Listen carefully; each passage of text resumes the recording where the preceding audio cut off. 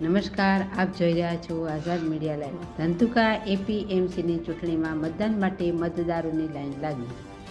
ધંધુકા એપીએમસીની ચૂંટણી જાહેર થયા બાદ આજે મતદાન દિવસ હોવાથી સવારથી જ મતદાન કરવા માટે મતદારોની લાઈન નજરે પડી છે।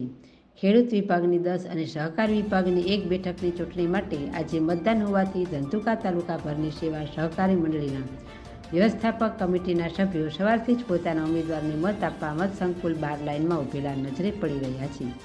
આ અંગે પોલીસ દ્વારા પણ સઘન બંદોબસ્ત ગોઠવી દેવામાં આવ્યો છે। રિપોર્ટર સંજયભાઈ ઝાલા, આઝાદ મીડિયા લાઈવ, ધંધુકા।